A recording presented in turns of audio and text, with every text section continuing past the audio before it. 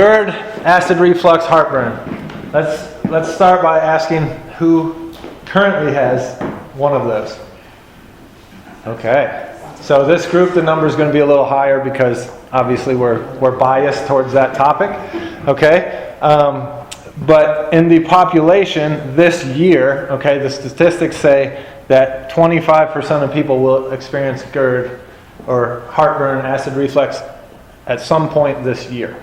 Okay. And if you're wondering, acid reflux, heartburn, GERD, what's the difference? We're going to get into that. But the basic difference is that acid reflux and heartburn are going to be symptoms of GERD, and they can happen transiently and occasionally, whereas GERD is chronic heartburn or chronic acid reflux. So chronic typically in medicine is 3 to 6 months plus of a symptom, okay? Whereas we could all experience acid reflux today if we really tried.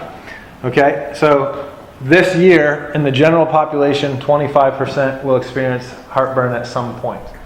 Okay, this week, 20% will. Okay, in any given room, we're going to have a fifth of that room experiencing heartburn at some point this week. So that begs the question, what's causing it? Why is it so common? Okay, who has the answer? Yes! Give that guy a sticker, okay? Multifactorial is what he said. And that's the true answer. And we're going to dig into that today. What are those many factors? And has anyone here been on an acid-reducing medication of some sort? Okay. So, has anyone not been helped by one? Okay. So, some of the reasons why a larger group are helped and some are not helped is because of the multifactorial nature of the condition and also misdiagnosis and misprescribing as well, which you can see here. So what is acid reflux, heartburn, GERD? As I said a moment ago, GERD is distinguished from the others as it's a chronic condition, okay? And GERD stands for gastroesophageal reflux disease. So essentially what's happening is you have stomach acid or stomach contents leaving the stomach and going back north, back up through what's called the gastroesophageal sphincter and going back into the esophagus. Okay, the stomach's an acidic environment and acid will burn. Okay, the esophagus is not as acidic as the stomach, so when those contents reflux back up into the esophagus, that acid that's included with it will burn the esophagus and cause pain. Sometimes when you're not helped by the medications, your heartburn symptoms are not acidic, but they're actual, there's some patients where it's bile acid, okay? And so that's going to still burn and irritate the esophagus, but it's not due to stomach acid, so it's a different cause, and so the stomach acid reducing drugs don't help those people. One of the most common conditions we see in the GI tract, and if you've got it up here, the esophagus, mouth, esophagus, stomach, small intestine, large intestine out. Okay? So if your condition's at the top of the GI tract, then you may ultimately end up having things further down the GI tract, which Linda had asked me today, maybe there'd be a few people with IBS or irritable bowel syndrome in here, and we could maybe talk about some of that as well as we go. But if you're having trouble at the top, it makes sense that ultimately if it becomes chronic like GERD, you're going to end up with downstream things if we don't take care of it. Okay? Because it's so common, $14 billion a year for the pharmaceutical companies in the United States alone for just the proton pump inhibiting class of medications, or PPIs. So it's a great moneymaker for the pharmaceutical company. And so, you could look at that and say, if we being on the drugs forever rather than addressing the multifactorial causes makes a lot of money for the financial interests versus saying, hey, let's figure out your multifactors involved in your case and address those so that you don't need these meds. And you'll find today that staying on the meds long term is not beneficial if your goal is health span and lifespan, like we've talked about in previous food talks. And then the key bullet there at the bottom is 69% of PPI prescriptions are inappropriately prescribed. Okay? And so again, when we get into the medications and the potential side effects and adverse reactions, you don't want to be one of those 70% of people who are taking it for the wrong reason, because now it's no benefit and all risk. So what are some possible symptoms and complications of GERD? Okay, the obvious one is heartburn or reflux, but we also have potential for nausea. You could have hypersalivation, which is basically, lots of saliva, overproduction of saliva. Globus is the feeling of food stuck in your throat. Anyone have that? Yeah. Okay, I don't need to tell you that that's annoying. Dysphagia could include some globus or that feeling of things stuck in the throat, but it could also be difficulty swallowing. Bad breath, tooth erosion. Okay, if the acid comes up too high where you're actually, orally noticing it, that can erode the enamel of your teeth. Sleep disturbance. Anyone experience it at night when you're laying down? Okay, so we'll give you some strategies today to consider, both positionally, sleep position-wise, and other factors we'll talk about. Chronic hoarseness, cough, laryngitis. Those are also symptoms that can be associated with the reflux of the acid. Possible complications include esophageal stricture. Esophageal stricture is when the esophagus, you have enough damage from the acid that esophagus tightens down. Okay, you could think of it as like scar tissue narrowing the esophagus, and if that tube that is the esophagus narrows, then there's more probability that you get food stuck in there. Okay, so if you put the food in there, it goes in the esophagus and ultimately into the stomach. Okay, so here's the esophagus, here's the stomach, esophagus. And I know it might be hard for that side to see. Okay, so a stricture would be if we get a narrowing in the esophagus here. So now that diameter that the food used to travel through is narrower. Okay, so you could get that globus sensation or feel like you're choking. And so what has to happen medically is they'll go in there with a balloon and they'll widen that for you. That can, if you get that esophageal stricture where it's narrowing, okay, that can functionally shorten the esophagus.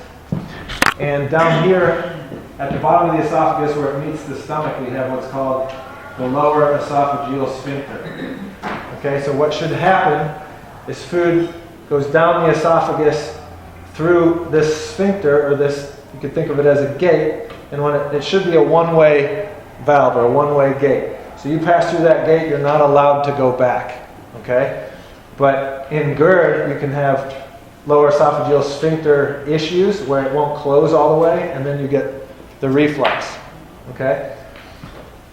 If you have a stricture, and now we're narrowing the esophagus, could you see how that would pull up on the esophagus some? Okay? So when you pull up on the esophagus, you can get what's called an invagination, or basically the stomach can come up through that sphincter now a little bit and hold it open. And that's called a hiatal hernia. Okay? So the stomach herniates up through that sphincter. Now it's not closing all the way, so you can have more reflux, have more heartburn, have more of those symptoms. And so if you can dilate that stricture and let the esophagus sink back down, hopefully that allows the herniated part of the stomach to drop back through that sphincter and snap the door closed. There's also chiropractic maneuvers where you can actually reduce that hiatal hernia too. Barrett's esophagus. In school, we were taught that Barrett's esophagus is most commonly driven by smoking. Okay, so the smoking and the carcinogens in cigarettes will damage the esophageal lining and promote cancer development. But more recently, Barrett's esophagus is being found to be more associated with the damage of the esophagus due to reflux acid. Okay, so chronicity of GERD can drive Barrett's esophagus, which what's happening there is the normal cells of the esophagus go through what's called metaplasia. They become a different type of cell, and that can increase risk of cancer. If you're changing like from a normal cell to what's not normal, and you keep doing that, change the wrong direction, you can develop a really abnormal cell called a cancer cell, ultimately. So esophageal cancer would be the, excuse me, the worst condition to come from chronic GERD. So I said earlier, there's occasional GERD or occasional reflux, and there's chronic reflux, and the chronic is GERD. The occasional reflux is something that we all experience, and that's due to physiological causes, okay, not pathological. So physiologic reason for GERD, or for heartburn or reflux would be a huge meal. Has anyone ever eaten a Thanksgiving meal? Yeah. So probably if we surveyed, we'd find the occasional reflux really peaks around Thanksgiving time, around the holidays. Okay, so you have a huge meal, there's football on, you're bored, so you eat even more, even though you don't need it, and you sit down or lay down because the tryptophan kicks in from the turkey. You want to take a nap, and then, why is my heart burn? Why does my chest hurt? Okay, physical inactivity can promote occasional reflux.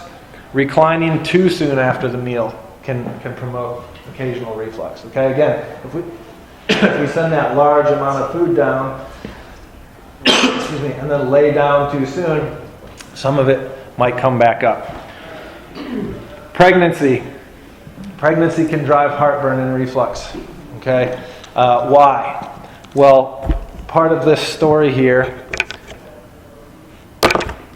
is.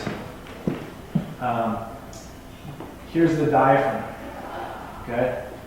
So when we breathe, when I breathe in, the diaphragm pushes down to allow the lungs to expand. When I breathe out, the diaphragm comes up, lungs shrink, okay, as I'm blowing air out. Well, the esophagus and stomach are, this sphincter here is right at the diaphragm level. And so the diaphragm is helping to close that sphincter and push the food down or keep the food down. Well, if you're pregnant and you've got an alien growing inside you, right, and you've got all this extra pressure from below, that can push up and impact the diaphragm and affect that sphincter closing. So now you have reflux where you never did before. You expel the alien and you don't have reflux anymore, right? Foods can drive occasional reflux, okay? Gluten, dairy, high histamine foods, maybe tomatoes and nightshades, peppers, things like that. Okay, so there can be foods that we would all agree are healthy, but in an individual, maybe histamine promotion or different reasons, maybe food sensitivities or food allergies, result in heartburn or reflux. What about alcohol? Oh yeah, alcohol, coffee. We'll get to a list, but yeah, thank you. Alcohol, coffee, all the things you don't want me to tell you to reduce. Chronic reflux will come from pathology. Okay, the wrong thing too often for too long. Okay, so being overweight, just like pregnancy can affect that, so can being overweight or obesity. Because those people are pregnant, they just can't blame things on a baby. Okay? They're just pregnant with visceral fat. And so if you're overweight, there's a 43% increased risk of GERD. If you're obese, that goes up to 94%. Okay? So what am I going to tell you is a key lifestyle intervention you can add to reduce your GERD symptoms? Weight loss. Right? Boo! Don't invite him back.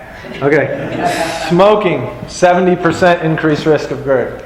Okay, we said earlier, smoking will drive Barrett's esophagus. The toxins of smoking. Don't smoke. There's no any justification anywhere to say yes, I need this. Eosinophilic esophagitis. Okay, say that 3 times fast.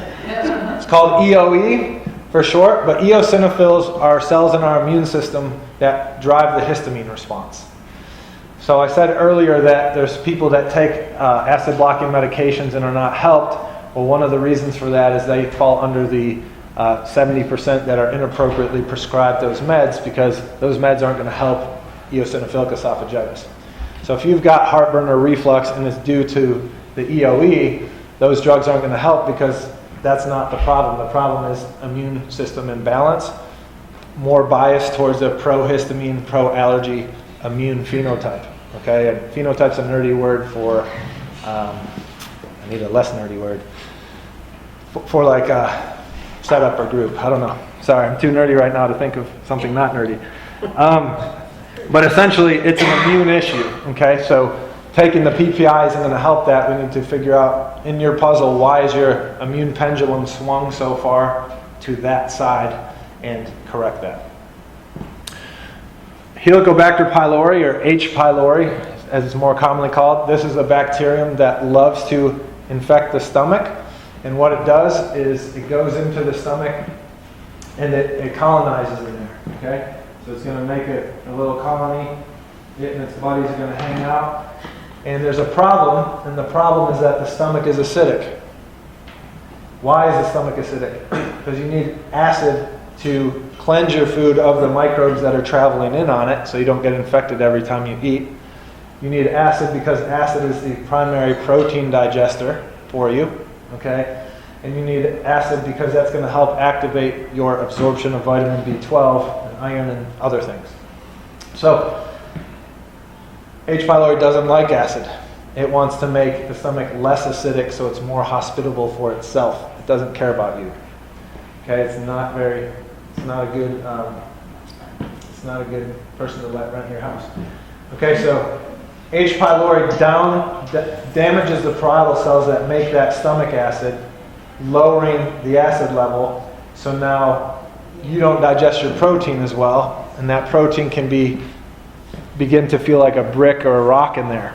Okay, and if it's not digested thoroughly, it moves into the small intestine, in your probiotics, your gut bugs.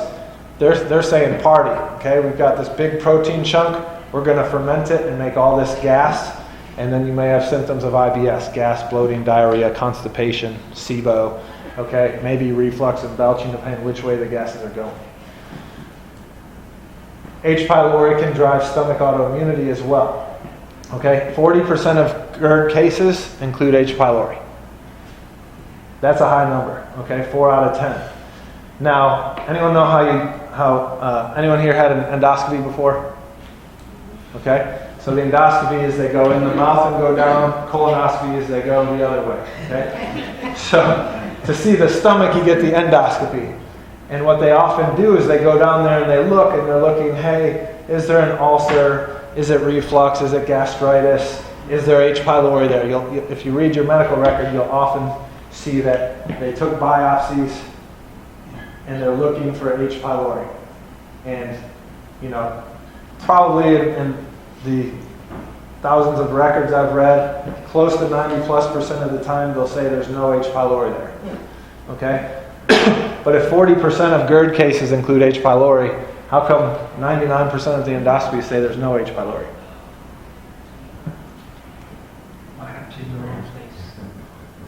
I know the answer. Okay. So when they take a biopsy, they've got that tube down there, and they're going to biopsy right here. So take a sample. Take a sample. Okay, the needle that they're biopsying the tissue with is very small gauge. So when they say you don't have H. pylori, you didn't have any H. pylori where that needle sampled or where that needle sampled. They didn't check the whole stomach. So they could have missed the H. pylori. Okay? So a way around that is if you run a stool test that runs PCR or is looking for H. pylori DNA, and that stool test shows positive H. pylori DNA, the only way the H. pylori DNA came out of your stool is because it was in there. Okay, so then you can take action, you can retest, and if the H. pylori DNA is negative now, you cleared the H. pylori, and you're probably saying, hey, my GERD is better too. And maybe I don't have as much gas bloating, burger doesn't feel like a brick or a rock in there anymore, etc. Okay? Medicine's favorite treatment for H. pylori is triple antibiotic therapy, which destroys the rest of your gut. So there are natural ways to deal with that too without wrecking your whole microbiome. Hiatal hernia can drive GERD. We talked about that here with the stomach's going up through that sphincter. So that can be a cause. And again, chiropractic, PT, massage. There's different manual therapy ways to reduce that from outside in. If you have thyroid dysfunction, thyroid can drive heartburn or acid reflux. How? Thyroid sets the metabolic rate of every cell in your body. Okay? So for your cells to function, they need thyroid hormone.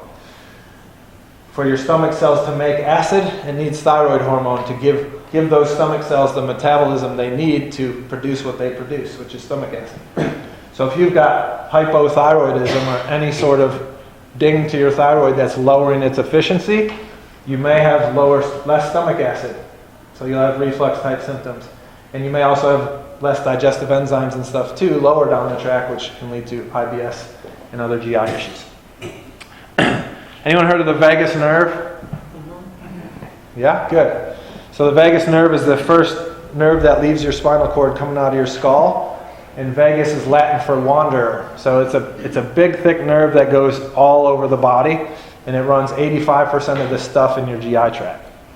Well, if you have high stress, if you have head injury, you can damage your vagus nerve. And if the vagus nerve function goes down, again, GI function goes down.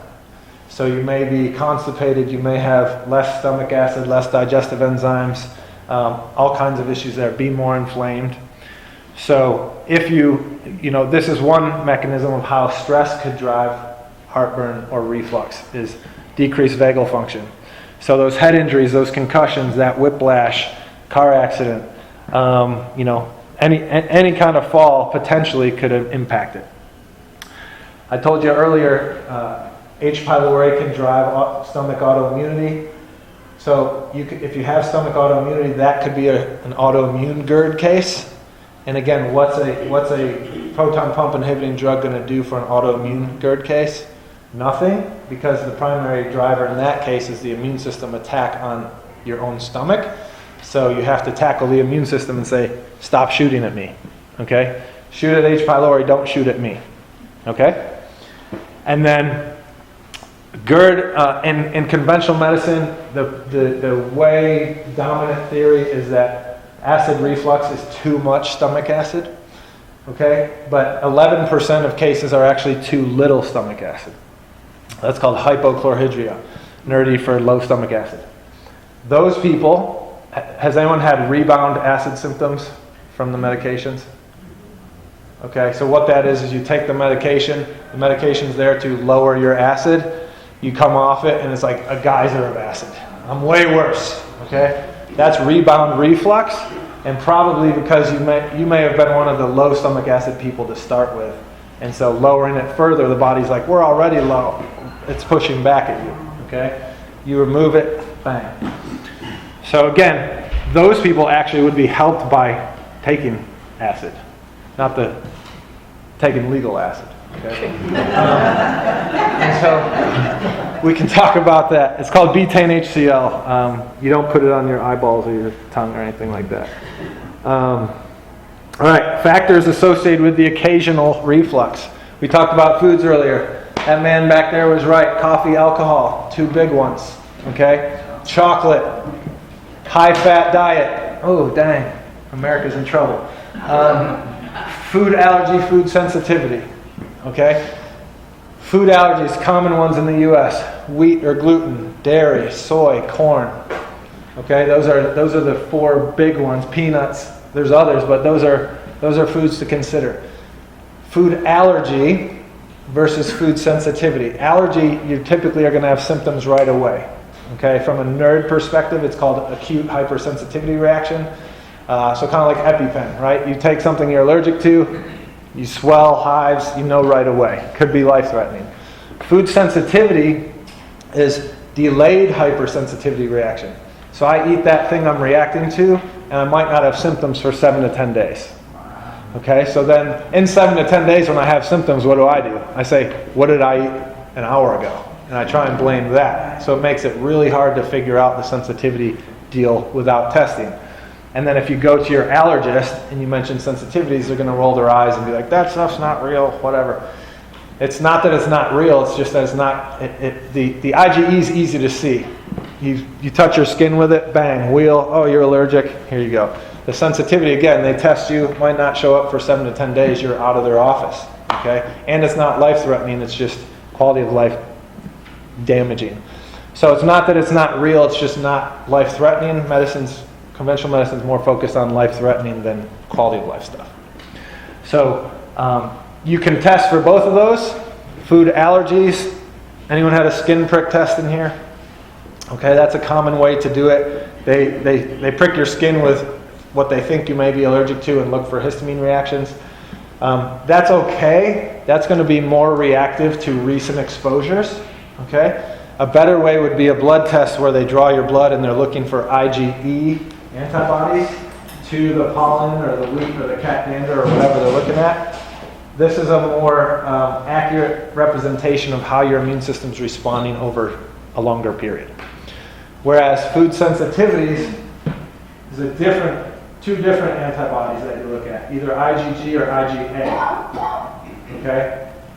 And so that's something to consider if you're getting that testing done. Medications are a very common driver of occasional reflux, or if you're on the medication long term, it might be chronic reflux. Okay? So if you have reflux and it's driven by chronic medication use, taking another medication for the reflux might not be the solution there. And look at these common medications. Okay, beta agonists are given for asthma and COPD, so albuterol inhalers is an example. Nitrates for chest pain or high blood pressure. Okay, nitroglycerin is a common one. Calcium channel blockers for high blood pressure. Amlodipine is an example. Anticholinergic drugs are drugs like antidepressants, antipsychotics, and allergy drugs. So respectively, nortriptyline and amitriptyline are antidepressants that are commonly prescribed. Clozapine is an antipsychotic example. And then you all have probably heard of Benadryl as the allergy example. Okay? Hormone replacement, so birth control is thrown around like candy in our society. So that could be driving GERD. And then NSAIDs are also munched like candy. So the ibuprofens, the aspirins, be careful with that because that could be driving your GERD. And those can drive lots of other issues with kidneys and GI barrier and stuff. So use them, save them for like when you really need them. Those shouldn't be a daily strategy. Okay? So if it's an occasional cause of GERD, the medications aren't what you need. What you need is to say, okay, am I over consuming the alcohol? Am I overweight? Am I pregnant? Address what's driving that occasional cause. If you are needing medications because you do actually have GERD, there's 3 classes that they prescribe: antacids, histamine blockers, and PPIs, proton pump inhibitors. Who takes Tums? Okay, so Tums is like the most benign thing you could take.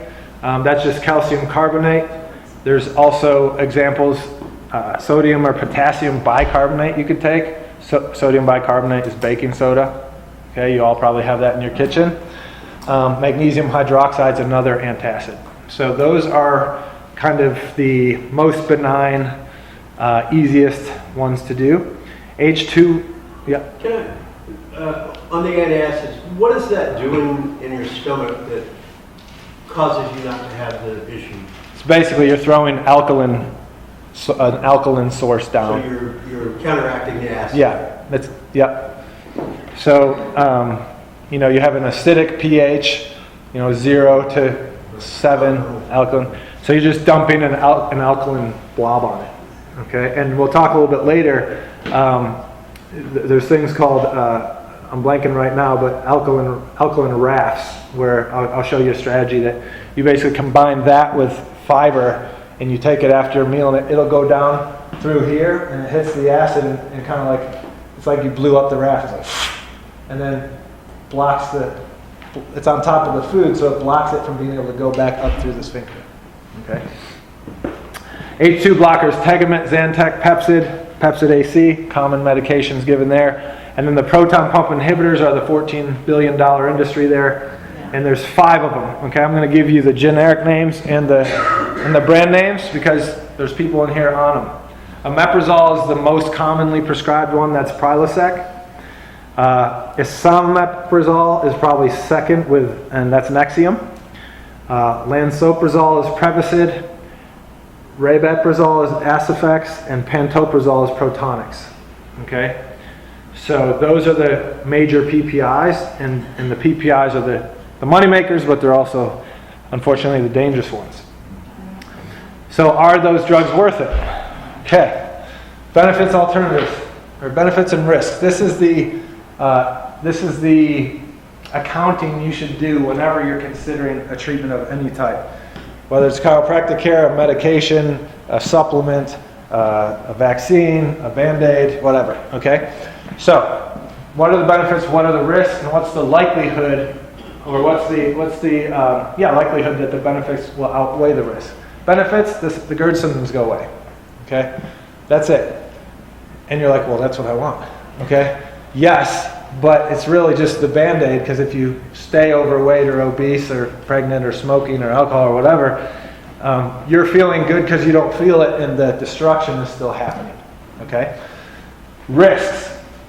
You continue to live unhealthy. Yeah, I feel better. Serve it up, okay? PPIs are known to drive nutrient deficiencies.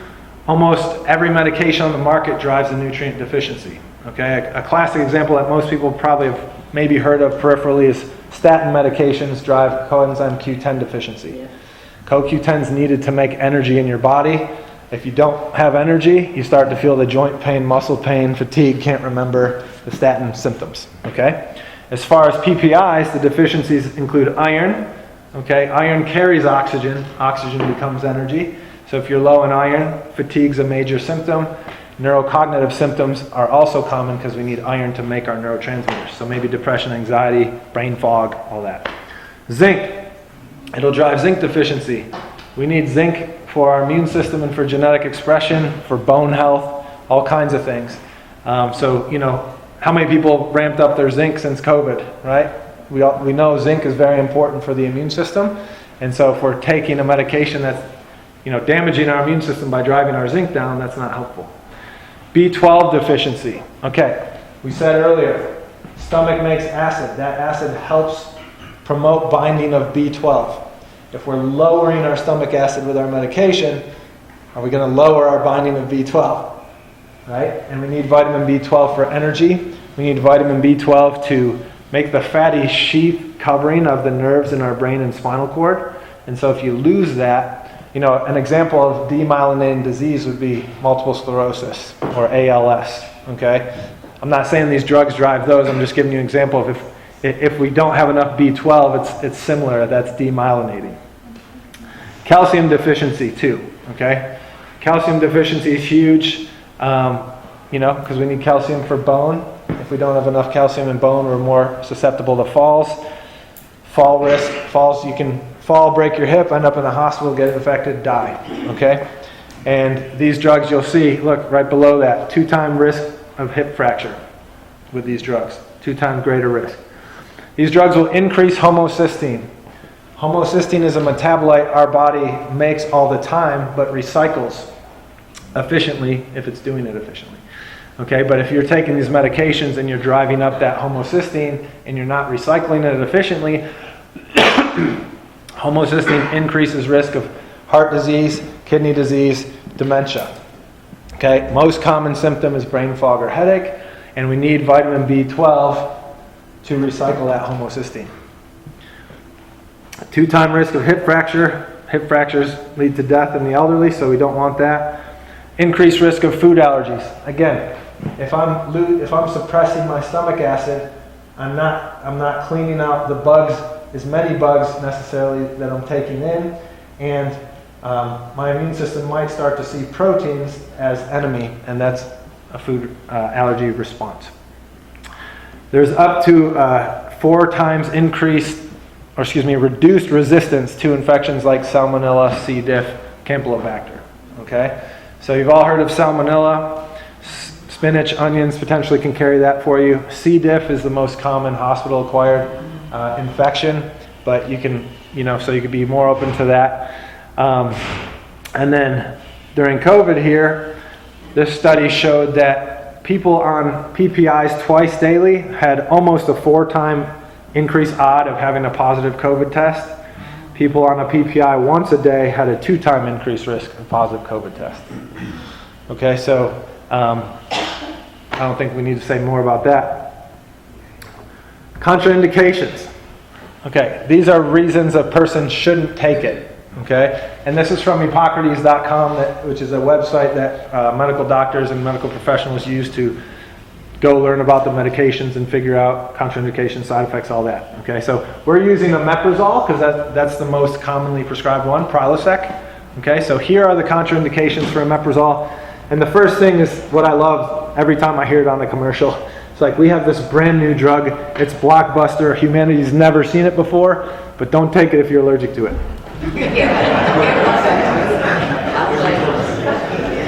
Okay, so I'm glad you guys laughed because you've had that thought too then. All right, so don't take it if you're allergic to it, right? Another reason you should not take it. The third, if you're Asian, so certain Asian patients are known to have reduced liver pathways along this certain genotype called CYP2C19. But everyone can have that too, potentially. It kind of depends on the cards you were dealt. And so that's one of the pathways that helps metabolize drugs. So if that pathway is less efficient, you could be a slower metabolizer, so drugs could have a greater effect on you, or coffee could have a greater effect on you. Certain materials can have a greater effect on you than on the next person. So like, does anyone not drink coffee because it just makes them way too jittery? Impacts them too much. Yeah. So you might be a slower metabolizer here, whereas I don't drink coffee, but if I do, like I notice nothing, I might be a high metabolizer. Okay. If you've got liver impairment, don't take these drugs. We'll see in a little bit that these drugs cause liver impairment as well. If you've got low magnesium or low calcium, don't take these drugs. Why? Because it drives deficiency in those drugs and, again, makes you closer to hip fracture. Caution in long-term use. Don't take these long-term, okay? You'll see on the next slide, these drugs are only supposed to be prescribed for a 14-day course, and you're only supposed to do a 14-day course a max of 3 times in 1 year, okay? I can tell you, I see people on these drugs all the time, and I say, how long have you been taking it? And they're like, years, okay, consecutively. They've never been approved for that, they're not made for that. And your risk of everything we're talking about goes up higher the longer you're on it like that, okay? And then high dose use. So those are contraindications. Should I take this? No, you shouldn't because of this, okay? My nephrologist took me off of this drug because this drug and NSAIDs. Yep. So causes my kidney disease.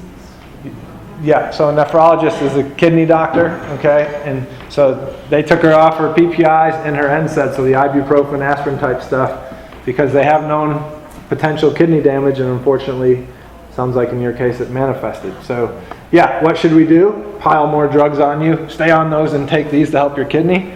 No, and if her case was those 2 factors, let's change those factors. And then help her with her pain so she doesn't need the NSAIDs every day, and help her with the other things so she's not refluxing. If you're on the drug, potential adverse effects, okay? Common reactions, let me show you this because they'll distract you. Common reactions: headache, abdominal pain, nausea, diarrhea, vomiting, gas, fever, upper respiratory infection, B12 deficiency, and stomach polyps. Okay, B12 deficiency, stomach polyps more if it's long term, which again, very commonly, unfortunately, is for people. Okay, those are common. Serious reactions that maybe aren't as common: allergy to it. Okay, we don't have to read all these, but kidney stuff, liver stuff, pancreatitis, fractures, low magnesium, lupus, so drug-induced lupus, okay? C. diff infection, immune system suppression, anemia, okay? So heartburn or C. diff.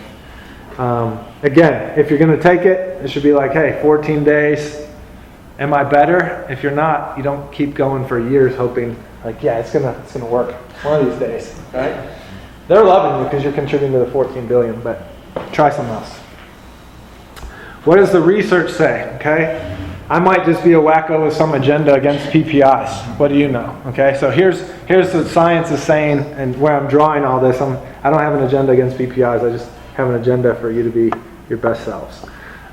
So, study one here. This is from the American Journal of Gastroenterology. Okay, gastroenterologists are supposedly gut experts. I'm very skeptical of that with every passing day. But here we go. This is their journal, their big journal. So this is a case study of a 65-year-old woman with no known liver disease, okay, that was put on PPIs, all right?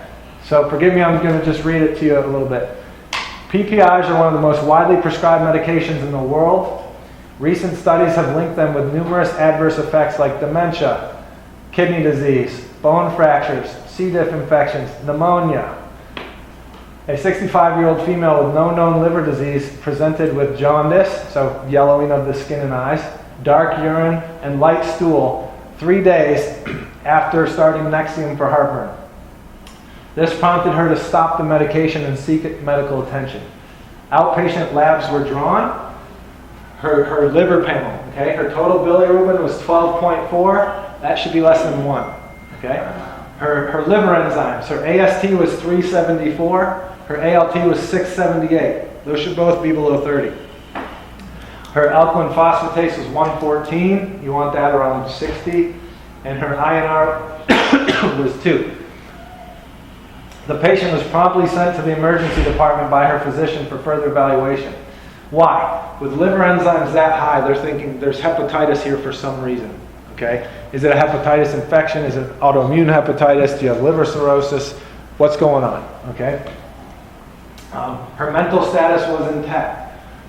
Inpatient studies, so they ran more labs at the emergency room, showed consistent elevation of the liver tests as well as a positive anti-nuclear antibody with a titer of 1 in 320. So that's a test for autoimmune disease and connective tissue damage. And she also had anti-mitochondrial antibodies positive. Those are positive in many autoimmune hepatitis cases. Okay? Due to concern for drug-induced liver injury and possible autoimmune liver disease, liver biopsy was performed, which showed acute cholestatic hepatitis compatible with drug-induced liver injury. So just hear drug-induced liver injury there. Basically, they're saying it was the PPIs. Okay, so they send her home. At outpatient visit 6 weeks later, her labs are back to normal. Okay, she's off the medication now. Labs back to normal. Drug-induced liver injury is one of the most common causes of acute hepatitis in the United States. Liver's over here, sorry. A few cases of PPI-induced liver injury with minor elevation of liver enzymes, which normalized after stopping the drug, have been documented. Omeprazole, Prilosec, pantoprazole, Protonix are the two main culprits. Okay, so any of the PPIs can do it. She was on Nexium, but those two are more likely. Okay. So the authors conclude it's time to add one more adverse effect to the extensive list of adverse effects of PPIs. Study 2. Excuse me. Yeah. Why do the gastroenterologists, including mine, keep saying take those forever and ever? I don't have that answer. Again, they're the experts, right? That's their journal. These are the things that, you know, it's like if you're allergic to it, don't take it. Those are the things that make my head explode. I don't have that answer for you. Can I ask a question? Mm-hmm. So in that case, I've got to assume this medicine is something a doctor's prescribing? Yeah, you can't go. Okay, so if a doctor prescribes it, shouldn't it be on him to run these tests to make sure this problem isn't happening in you? You would think so. Yeah, I think that's logical. You know. So that's a good point. One thing I would just say there, though, being a doctor, this happened to her 3 days in. I'm not retesting you in 3 days, right? But your point is good. Yeah. You know, for like these, it would be prudent. Hey, week, 2 weeks, maybe a month test. Same with statins, right? With the high probability of effects, we should be checking in on people there. Wouldn't you think if you went to your physician, unlike right now, when you walk in, if you're a Medicare patient, are you depressed? Are you tripping over Yeah. anything? Do they do blood work all the time? No. I would think you would do the blood work first on a regular yearly basis, or find out what the heck, do I need to do this? Do I need to find out what your symptoms? Most people, in You're a functional medicine oriented person. when I go there and I say, these are my symptoms, I feel like they're just guessing. And they'll get, like one time somebody said, oh, I'm not, I said, since I've been premenopausal, I haven't slept all night. I wake up at 4, oh, you've got GERD. I said, bullshit. Yeah. This is 20 years, 30 years worth. So- I don't have GERD, so I go to a doctor, because you might have GERD, here, take this. 70% of PPI prescriptions are But nobody inappropriate. went and said, why do you think I have GERD? Did Right. you look for GERD? Right. Oh, you might have it, you're not sleeping. Yeah. I said, well, there's a lot of other reasons why I might, it's hormonal too. It's 100%, you're right, and I'm not defending them, but the model is that they have 7 minutes, and so they're listening for buzzwords, and they're a pill vending machine, they're not a doctor, But right? then they get mad at me So- when I refuse pills. Here, take this. And Well- nope, no, you tell me why I'm taking it. Right, so it's the model, and physician suicide is a huge problem, and the reason for that is because doctors get in thinking, I'm going to help people, and then they're trapped in this box where they have 7 minutes to help you, but all they're doing is giving a drug that they're not even sure you need and they know has side effects, but it's like, I got to hit these numbers or else the system come out, right? So, but I'm with you. That's how medicine should be run, is do the history, do the testing, and that's what functional medicine is. And so, yeah, I start every case with, I want to request your last 7 years of records so I can know you up to the minute. And doing that allows me to see, okay, here are the 5 things in your case, waving their hand saying, look deeper over here. Those are my guesses based on your records to today. Okay, I want to prove or disprove those guesses with these labs. We get the labs back and we've moved you from theory to reality now. Okay, remember those 5 things? Well, these 3 are not involved. Don't worry about those. But these 2 are proven right here by A, B, and C on paper. But I have to force them to do lab tests just to Right. make sure. They Right. don't even have all Yeah. that. So They it's don't do all of them. Well, and yeah. if insurance doesn't pay for it, then we'll. Exactly. You know, It's- insurance is the. You got to follow them. It's money. It's not health, unfortunately. So next study here. This one is showing.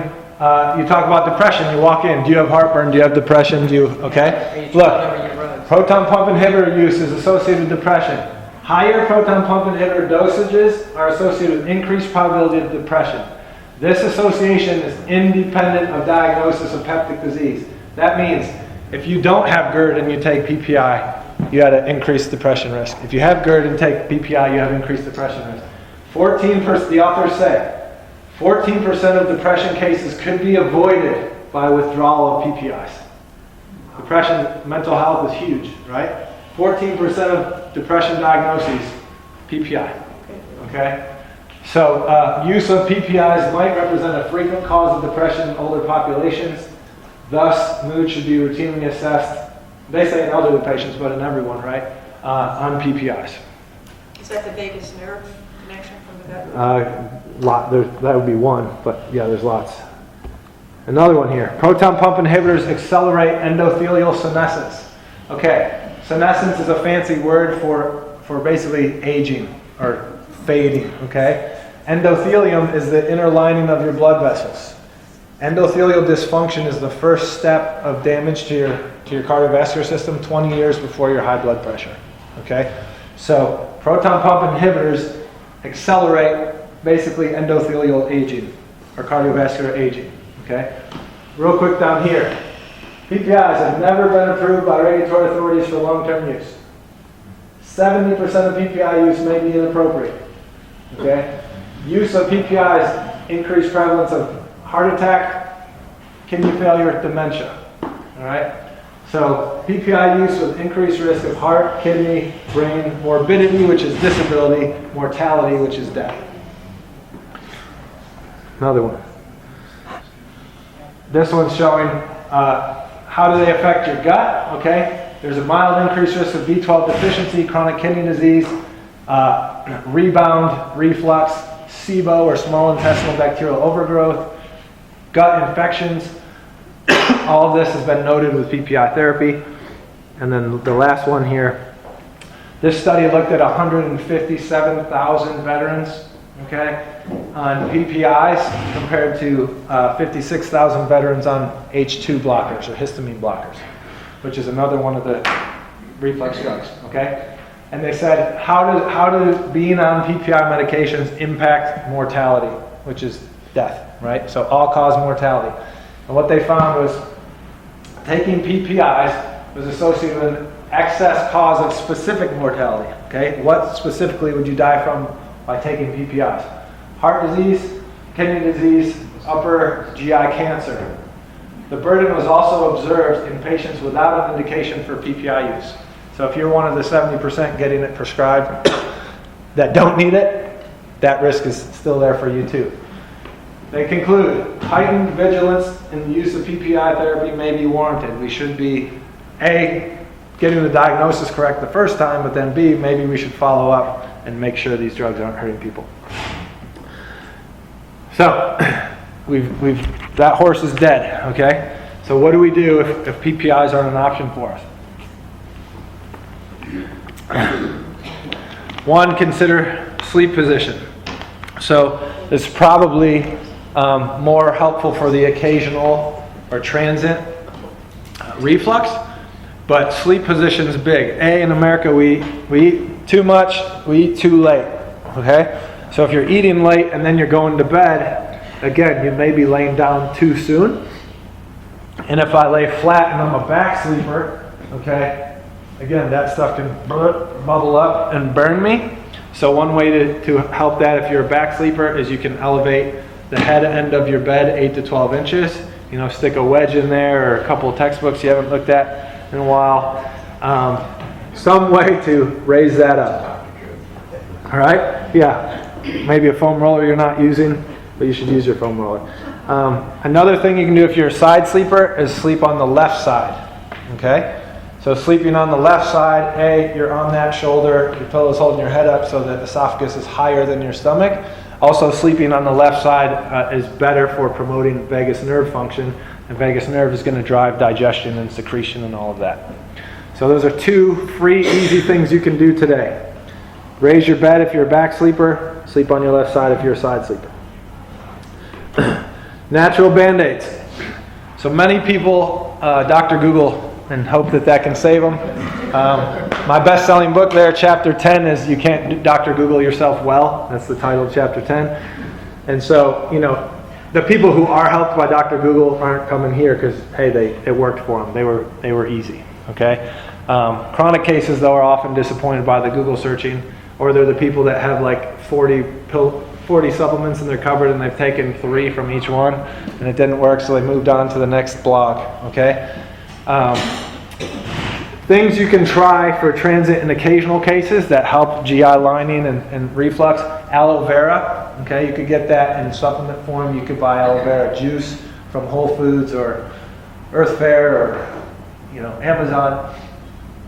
Deglycerized licorice, okay, licorice root has glycyrrhizin in it. Glycyrrhizin is the part of licorice that will raise your blood pressure and impact cortisol and stuff. So we don't want you taking licorice root. We want you to take the glycyrrhizin out of it. So it's deglycerized licorice, or DGL, is what it'll say on Amazon or where you're searching. Okay, that is that and aloe are both very protective and healing of the GI barrier from esophagus all the way down. Melatonin. Melatonin can help reduce acid reflux. And it's not from a sleep, you know, people think of melatonin, think of sleep. Only 5% of the melatonin our body makes is used for sleep. 95% is used as an antioxidant, anti-cancer, mitochondrial promotion. Raft-forming agents. So I said earlier, I was going to tell you about raft-forming agents where you combine the sodium or potassium bicarbonate with some fiber. So alginate fiber or pectin fiber. Both of those have been studied a lot this way. You take those and the sodium bicarbonate, which is baking soda, or potassium bicarbonate, and again, after a meal, the food's in there, you take those, they enter the stomach, hit the acid, and then boom, you put the air in the raft, and it's on top of the food, so if anything tries to reflux that raft, blocks that hole. and you don't get the reflux symptoms. Zinc. Zinc is healing to the gut barrier. And then betaine HCl, that's the legal acid I was talking about earlier. Okay, so rather than LSD, try HCl. Okay? What about peppermint? Peppermint, yeah, there's lots more. It's just the slide's only so big. But yeah, peppermint is good can be useful for this, and peppermint's actually good for the lower GI, IBS stuff, GI pain.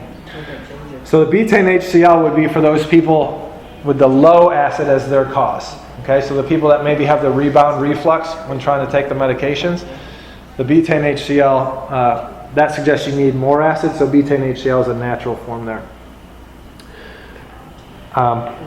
Any reflux case, again, we want to consider the things that you don't want to hear me tell you is what you need to do, right? But any case should consider diet and weight loss, and I'll put the caveat there, weight loss if appropriate. You know, if you're already the body weight you should be or less, don't lose more weight, look for a different cause there.